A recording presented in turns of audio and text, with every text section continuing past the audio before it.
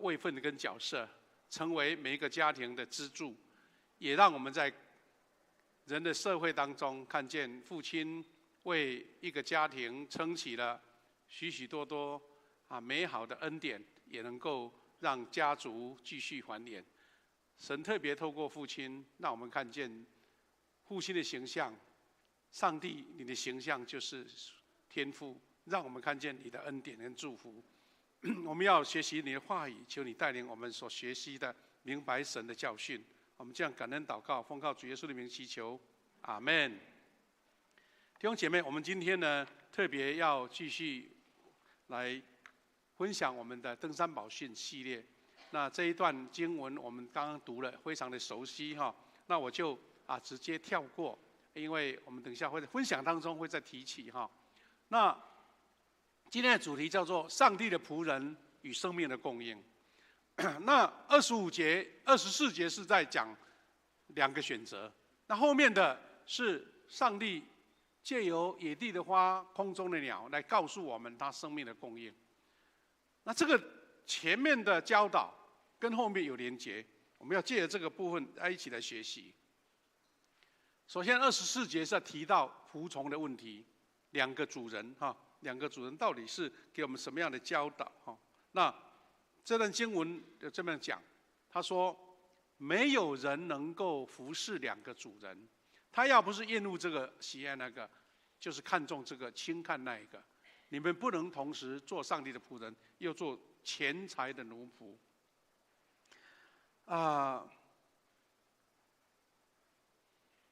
我们在世上有很多生活上可以2者得兼的啦。比如说像我们很多弟兄姐妹呢，他因为能力或是他的工作性质，很多人是叫做斜杠，对不对？2侧工作都有的是，甚至白天一个工作，晚上一个工作，甚至还有人很拼命，一天3个工作。好了，那这个3个主人跟你的关系不是像我们今天讲那么的严肃，因为那个是跟生命有关。所以耶稣讲得很严肃，说没有人能够服侍2个主人。主人的意思，他是掌控你全部的啦。比如说我们到公司，那这个我们的老板就是我们的主人。但是我离开了，我下班了，他的各种关系就暂时断掉，除非有特殊的任务。那耶稣所讲的这个主人是一生的，是生命的。也因为这样，我们一起来学习这个教导。上帝跟金钱怎么样选择？永活的创造主，他跟渴求财富物质之间，2个是对立的，没有办法同时侍奉。但是人常常很自信认为我能够跨界，我能够脚踏2条船那耶稣在警告我们说，没有这回事。人的心不能分开2种，而且是天跟地的差异所以我们人常常自信说可以平衡各种生命的需要服侍不同的主人。但是基督徒有一个优先次序，祷告的优先次序，不是自己的名字、国度和旨意，是以我为出发点，自私的名义没有，而是上帝的名字、上帝的国度、上帝的旨意。所以我们能够诚心诚意的说出这些祷告，就是在表白基督的信仰的纯度跟深度那耶稣讲的那么的直白，或是那么绝对，问题在于说人性的问题。人若把忠诚分配给上帝跟金钱，其实上帝就没有了，就算变成金钱的奴仆。我们旧的圣经它讲一个名词，大家比较容易记，就是马门。有一个学者他这样讲说，马门一出现，上帝就消失了。就是说，好像上帝这个能力，你一旦选择了马门，上帝不是说他没有办法掌管，但是他退掉了，他不再成为你的主人了所以这个是我们很警醒的部分那马门呢，我们都知道他是直译的，音译过来的旧的圣经和合本都这样讲。那这个是亚兰文的意思，它就是财富、金钱、产业。那也许我们用马门，感觉上那个名称很容易记的那现代文就把它翻译成财富啦、金钱啦、产业啦。那耶稣还特别把它人格化，意思说，照理讲，马门金钱它就是一个死的东西嘛，它本身就是一个它不是活人呐。但是当人的心倾向于这个时候，耶稣说这个像人格化一样，你就变成他的奴隶了。那其实我们如果讲得更深入一点，魔鬼的力量，它会借由物质来控制人心，重点是在那个，而不是这个中性的哈，比如说火啦、刀啦我们日常用的用品啦，你在谁的人手上，它就变成好跟坏会被差异到。金钱也一样，财富也一样，财产也一样。当你的心被绑住的时候，有时候不是纯粹这个物质本身。所以，上帝跟金钱不在于哪个比较持久、效果更好，而是在于相对的价值啦。相对的价值，我们说敬拜真神，货真价实、独一真神，它是恒久的，它是唯一的，但是本质上没有价值。意思是说，生活上不是没有价值，但是本质上有这样的缺陷，它是本质上无法恒久的。就像上个礼拜我们提到，就是说这个金钱呢，世上的财宝会被贼偷啦，会被虫蛀啦，会生锈啦，而且更重要的是，人一旦离开了这个世界，这些财物都不再是属于你，那个才是我们这个人生最绝对无法去避免的事情。所以呢，我们看到这边的话，我们就可以做一点反省哈。一种学习，我们上个礼拜也曾经提起过，耶稣不是反对金钱财物，大家不要有这种很刻板的印象，像耶稣讲到金钱、讲到财富，就是一种排斥的、负面的。他是说，我们要反对金钱成为你的主人。所以耶稣不是问你有没有钱，而是问你的心属于谁。换句话说，我身上的财宝，我不被他所左右，不被他奴役，我能够自由的支配，我能自由掌管。就像我们之前曾经提起过，我们的冠冕理财的这个课程，它就在训练我们人怎么样成为财产的主人，而不是成为不是让钱成为主人哈。那第二个，为什么不能同时侍奉两个的主人呢？两个为什么不能？我们生活上斜杠啊，两三个的任务都可以啊哈。我们现在身份有了一大堆啊。耶稣讲的这个部分是生命的部分。耶稣用这个比喻指出什么？人生一定要有一位最高的主人，一个无法替代的、绝对的。所以，如果上帝是主人，人生就以上帝为中心；财务如果是主人，你就一生以利益为中心。反正你就在金钱呢，在财务上面打滚，它永远被他掌握，你不能自主。所以，耶稣讲的部分是说，两者不能并存啊，不能并存。那我们生活上最容易接触的就是钱财。那钱财怎么样会成为你的主人呢？既然它是一个中性的东西，为什么它容易成为你的主人呢？是因为人性跟我们这个世界的一个整个体系架构。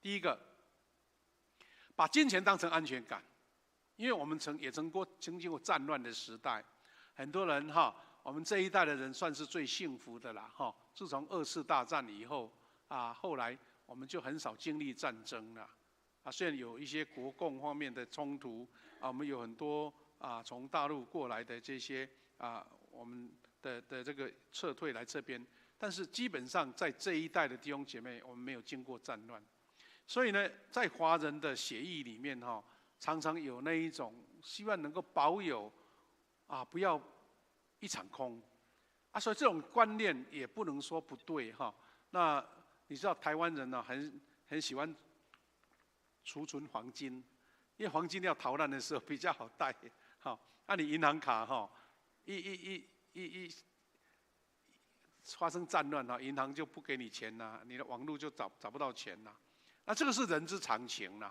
但是耶稣所讲的部分应该是说，你唯有钱才有安全感，其他的都不去注重。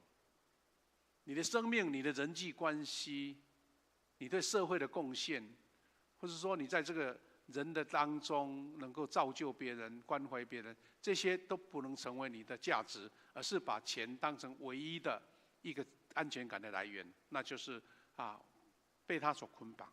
第二个，我们有一些特别台湾人，把成功建立在财务上，认为说有钱财就是一切。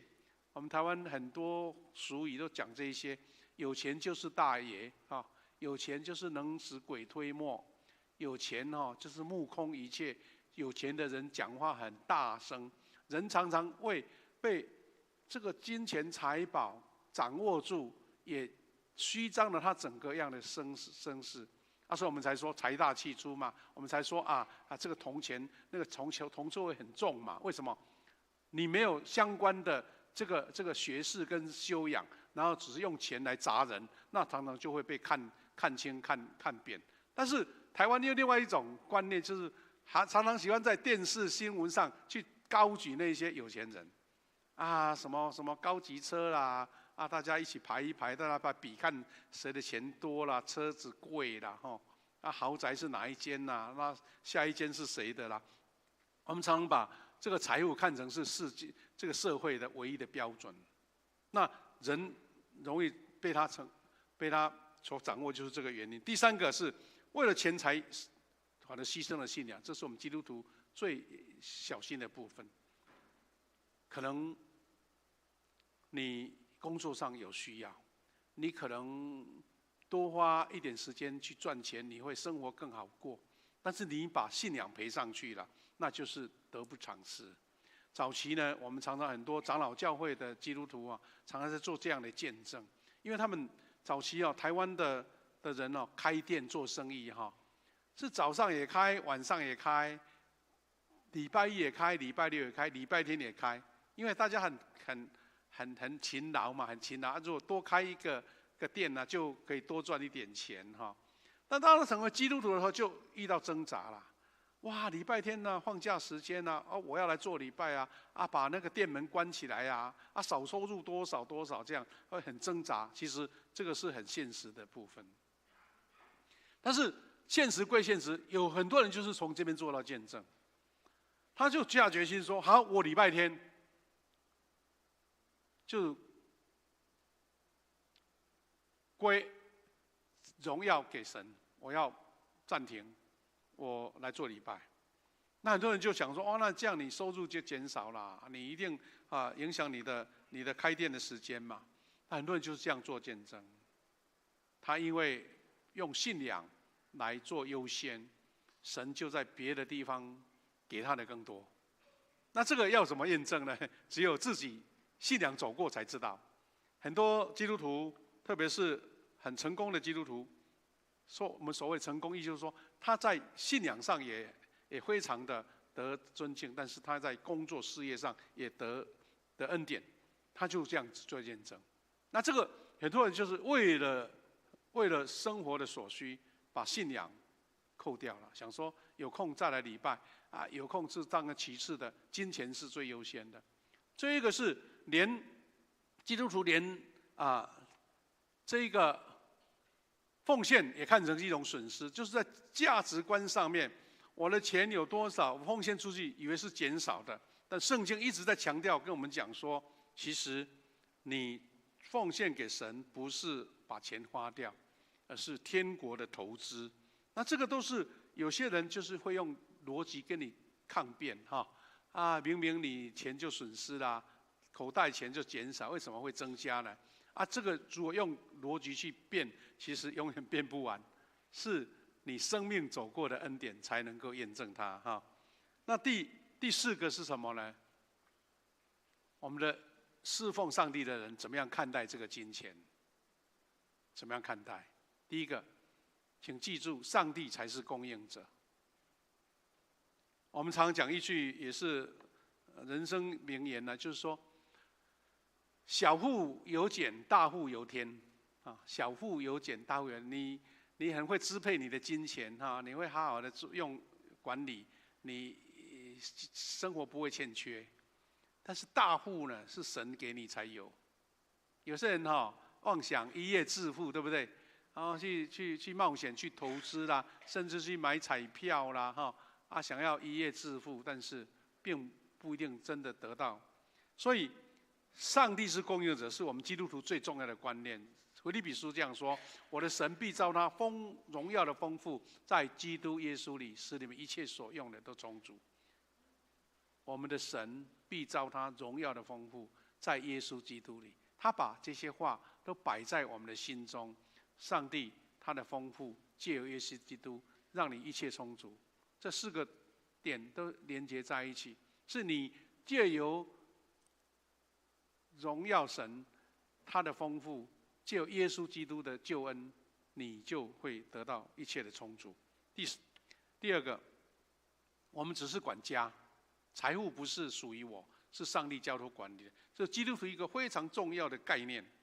所以呢，上一次我提到说，洛克菲勒这一位当时的世界首富，他认为这些钱财他能够拥有，并不是他厉害，他怎么样，他是神给他，所以他用管理的概念、管家的概念，帮助了中国很多的医院、很多的学校，在美国有很多大学的这个礼拜堂都是他盖的，很多图书馆都是他这个基金会所投入的。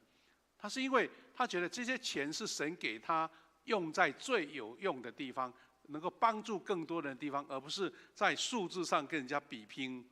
那第三个，接下来我们是说基督徒怎么样去省察2个主人：上帝、金钱。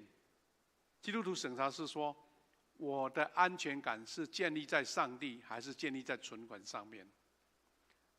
当你银行的金额剩下那么少了，你会变成一个恐慌，变成生活不知道怎么过，还是说，是的，虽然有欠缺不足，但是我安稳在主面前，我相信神必预备。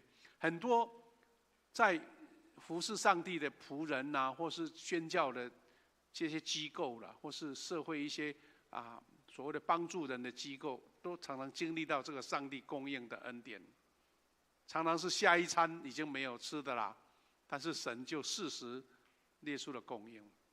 在2个月前的牧师参加一个大概是我们前后届的同学，他已经办退休礼拜了。他在讲说，就是在西美教会 KB 在彰化那个糖厂那边这位陈慧明牧师他在讲他的感言的时候，心中很大的触动。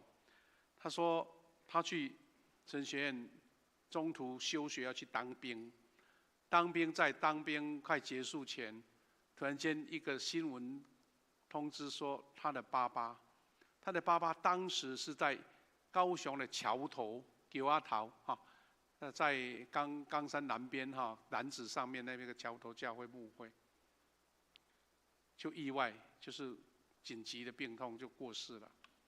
他的妈妈告诉这位要退伍的儿子说：“你可能要心理准备，因为我没有钱让你继续去读神学院。”然后这位牧师他说，当时他也很挣扎，他就跟上帝讲说：“上帝啊，不是我不读没有钱交学费，我怎么？”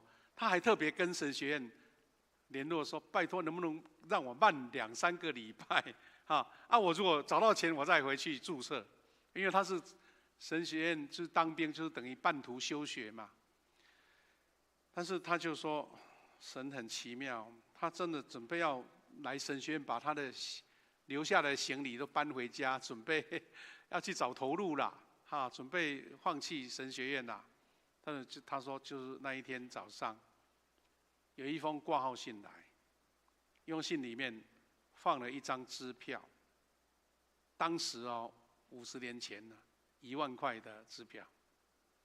他就真的想说，上帝要我做他的工作，他用这种方式来操练我。他借了这一张，不知道是谁寄给他，到现在他也不知道是谁寄给他的这一个支票。他回来学校读书完成了学业，在6月的时候退休了。神给我们安全感是建立在你有很多财富吗？其实你也知道，很多人财富越多，他越没有安全感，他又觉得说，到底这些钱能不能守得住其实安全感是建立在对神的信心，然后你有很好的财务管理哈。那再来是我的审查是我的重大决定是顺服神呢，还是考虑金钱？很多教会在工作、在侍奉、在推展事工，如果先考虑到钱，大概很多工作都做不来。就想今天我们要举行50喜年的奉献哈，其实我们教会哈2年前开始推动50喜年的事工，其实钱已经花了很多了，特别是硬体的部分，因为我们对面的大楼哈，地下室跟1楼、2楼整理的很多空间，因为硬体的东西费用都很可观。但是我们没有想说，哎呀金钱奉献不够，我们就不做了。我们觉得说50喜年就是一个非常关键的点，它不是一个 ending 哦，它是一个新的开始。那我们要为新的开始的能量先预备好。所以呢，我们就勇敢的把前面的大楼的整个空间全部改造。那我们配备了很多新的的物品，还有包括办了很多的活动。那重点是说，小会的同工认为说，不是等有钱来做，而是说这个时间有没有意义做，做了对我们教会有没有帮助。所以我们就是勇敢的信行下去。所以重大决定通常是先顺服神，很多福音事工也是这样子，勇敢的向前。那所以我们再来思考说，我们是否愿意用神所赐的资源来祝福别人？上帝给你这个位分，上帝给你这样的资产，或是上帝给你这样的才能，你的恩赐是让你去孤芳自赏，或是在别人面前炫耀，还是说神要借由你来服侍他？音乐的才华、财务方面的能力，或是口才，或是传福音的能力，神是要用你的所以呢我的奉献、时间和才能，是我反映我真正在敬拜神。再来是真正的主人是谁哈？谈到这边很清楚了，不是钱财不重要，而是你把神当主人，钱财就变成你的很重要的工具。所以呢，真正的主人焦点在经文的焦点，他不是在谈金钱，他是在谈怎么敬拜。真正问题不是你拥有多少财富，而是你拥有什么，拥有你的心。财富当成为你的工具的时候，你是变成一个以神为主人，然后运用了这些财富、金钱，成为你生活、你的工作、你的家庭、你的幸福、你的健康的使用者，而不是被他绑死死的，被他俘虏了。所以，如果上帝是生命的主如果是上帝生命的主，金钱就成为服侍上帝、服侍人的工具，因为它成为你所用，你会发现你的价值或是你的这个心中的一个满足感，就大大你拥有财富，但是没有神。你有神又有财富，那才是一个美好的在社会上最美好的恩典。他说，如果金钱成了生命的主，人便成为财富的奴隶。就像我讲的，马门一旦出现，上帝就消失了。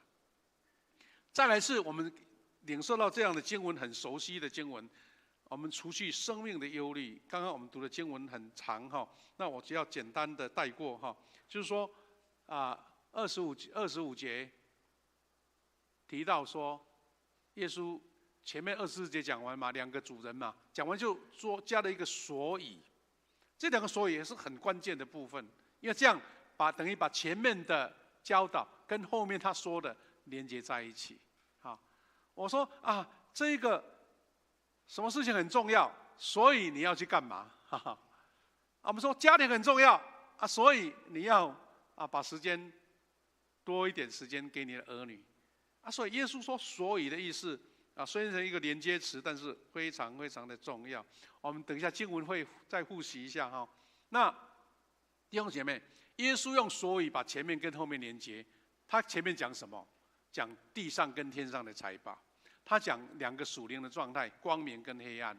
他讲2个主人，前面讲的是24节，金钱跟上帝跟金钱。他说，所以到底你选择哪一个做你的主人？你选择好了，所以才有用如果你不选择，下面的所以就是给供没有用，因为你没有前面，后面就没有所以啦。好，那哪一个才是真正值得我们委身的呢？你要做出选择：天上的财宝、光明，还有上帝。耶稣后面的话才有产生意义哈。弟兄姐妹，我们所做关于服侍哪一个主人的选择，会彻底影响我们对他的态度。当我们做了抉择，不再因世俗这一方面忧虑，因为你抉择了，世俗的事情就不再干扰你了，因为由神帮你做主。所以我们说神掌权，说主啊，这些事情主权在于你，那你就不要忧虑了。既然是神掌权，他就为你负责。我们常说神啊，你为这件事情负责，不是说只交托，但是自己啊又不愿意放，啊不愿意跟随，然后两边都想要，变成两个都失去了。所以呢，我们因为选择了主，我们拒绝了世俗，所以我们把心思的投注在天国这个地方，那我们就已经选择了他。这是我们一个非常重要的一个概念。弟兄姐妹，我们在完全关心自己的事，而是优先寻求上帝关心的事。我们关心什么？但是上帝另外关心的，你是先选择上帝关心的，而不是你自己关心的。弟兄姐妹，我们看见耶稣的教导，他跟我们讲说，忧虑和基督徒信仰是不相容的。你忧虑吃什么、穿什么，上耶稣讲的话很就严的哦，就是很严厉。他说：“这个小信的人啊，你是小信的人，什么意思呢？我们生活上没有忧虑，那很奇怪啊，常常忧虑啊。”他讲的话的意思是说，当你有神给你做一个支撑跟随，神就会为你预备。那这样的信心是在于，因为你对神的信靠，你的忧虑减少。人一旦没有忧虑，他做事情就会更顺利，他做事情就会更亨通，他做的事情就会非常有条有理，他的后面的路就更宽广。那有一个问题，我们会做一点思考了哈。我们不再全心关注自己的事，而是优先寻求上帝关心的事。那这个忧虑是什么意思呢？圣经里面有提到这些比喻，也很重要哈。在这个马太福音这边有提到，他说对不起，可是我告诉你们，甚至像所罗门王那样的荣华显赫，他的衣饰也比不上一朵野花那么的美丽。那再来就是野地的花，今朝出现，明天枯萎，给扔在火炉里焚烧。上帝还这样打扮他们，他岂不更要赐衣服给你们吗？你们的信心太小了。这样的说明是什么意思呢？主耶稣给我们一个论证，他说：上帝创造并且维系我们的生命，什么意思呢？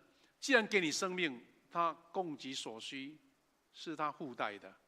他不是把一个人生下来就丢着不管。我们常会遇到说，有一些孤儿被生下来就放着不管。神创造生命，他就陪伴了，让生命的所需，这是神创造的一个原则。所以我们的生命不是靠自己维持的啦，自己造出来的，也不是靠自己维持的。当然有一个情境我们要思考，耶稣呢讲的那个时代，大概那个时候没有什么工业又没有什么这个什么资本主义的经济，或是所谓的分工。那个时候是一个应该是算原始的社会。原始的社会就是我日出而作，日入而息。有的是牧羊的，有的是种田的，有的是种工匠的，那就是按照他自己的能力去赚取所需的。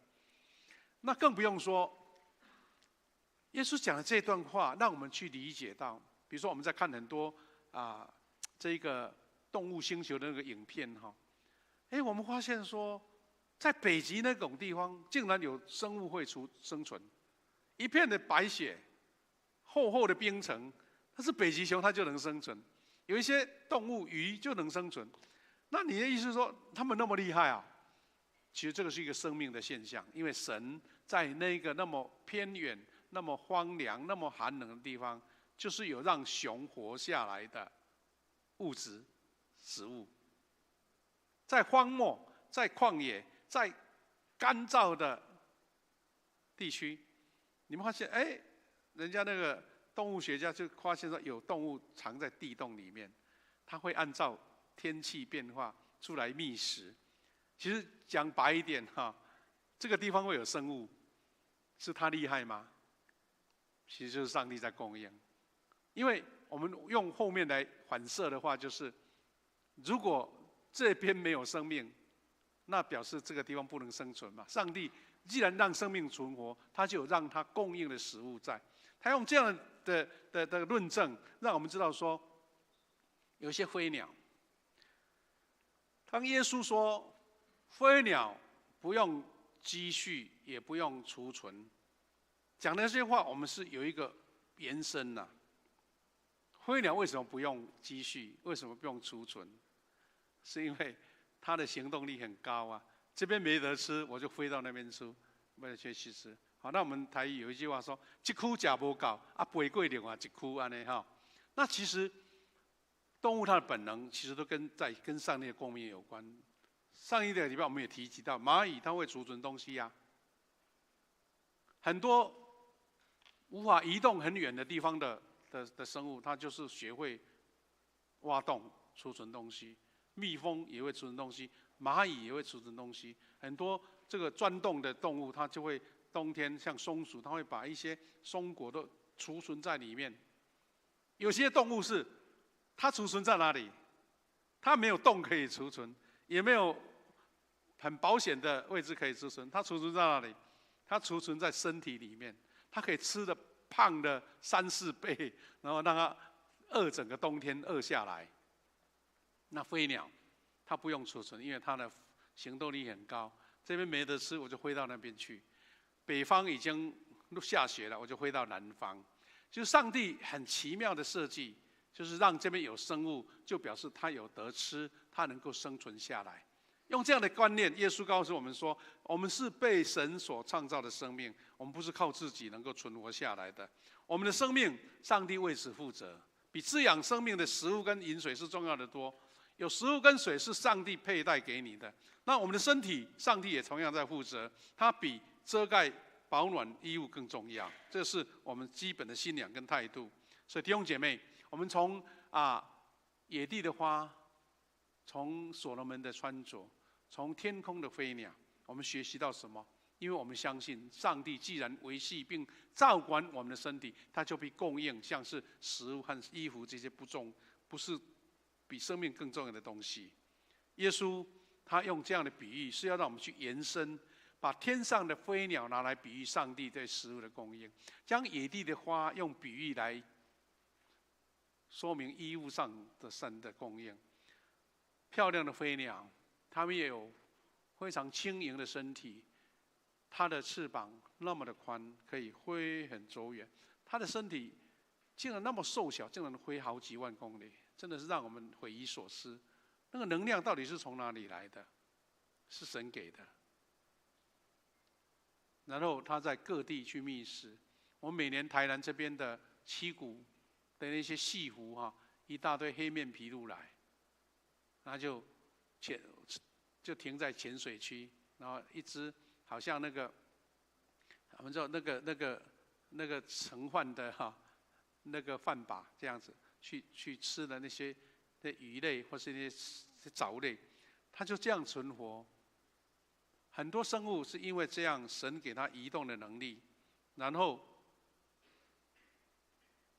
野地的花，它不能移动，但神供应它实际所需的。花长得那么漂亮美丽，耶稣说，所罗门穿的还不比它，因为那个是最原始神所供应的。弟兄姐妹，所罗门跟野地的花，或许从我们来讲比较实际的当然是所罗门，但耶稣让我们看到一个观念是说，所罗门他也是要耗费很多很多的人力物力，他的权力才有办法穿那么豪华。但是野地的花竟然不用花什么力气，神就供应了。基督徒的信心是从这边开始的。飞鸟并不知道有天赋，但是它享受了最荣美、最好的生活。我们是认识神的，我们是确信我们是神的儿女的。既然创造者关心他的创造物，飞鸟跟野地的花，我们就必更确信天父要照顾他的儿女。这是我们基督徒一个属灵的挑战，也是一个观念的改变，甚至一个次序的转变。期待我们的基督徒，每一位是因为尊主为大，你有一个非常正确的观念去处理你身上的财物。神给你多少，你用的不止足够，而且还有剩余。这是基督徒最美好的恩典，让你的家庭、你的工作、你的健康，也是在神的优先当主人的这个掌管之下，所享受世上神给我们是最美好的恩典跟生活。愿神赐福给我们。我们要先来做一个祷告，然后我们要邀请我们的伯义弟兄来做分享跟见证，一起来祷告。慈悲的父神，感谢你，因为我们要接纳创造生命赐给恩典的上帝作为我们的主人。当我们把这个次序定好了之后，我们发现一切欠缺跟不足，神就必供应，神就必掌权。当我们费尽一生去追求财富的时候，发现我们生命失去了，一切就归于零了。神啊，愿我们基督徒都成为一个尊主为大，在生命上神充足的供应。我们甚至能够用神给我们的财物，我们的积蓄，能够做美好、传福音、造福别人、照顾家庭的工作。让我们在神的力量之下，我们所做的都荣耀你。愿神也赐福给我们今天举行50喜年的奉献。愿我们用这样的心，知道我们在主的事工有份，我们的恩典也必从神而来。我们这样感恩祷告，奉靠主耶稣基督的圣名祈求，阿们。弟兄姐妹我们下面呢这个节目稍微做一点调整。我们等一下要唱一首我们50喜年的纪念歌，但是我们想要在奉献的时候才唱。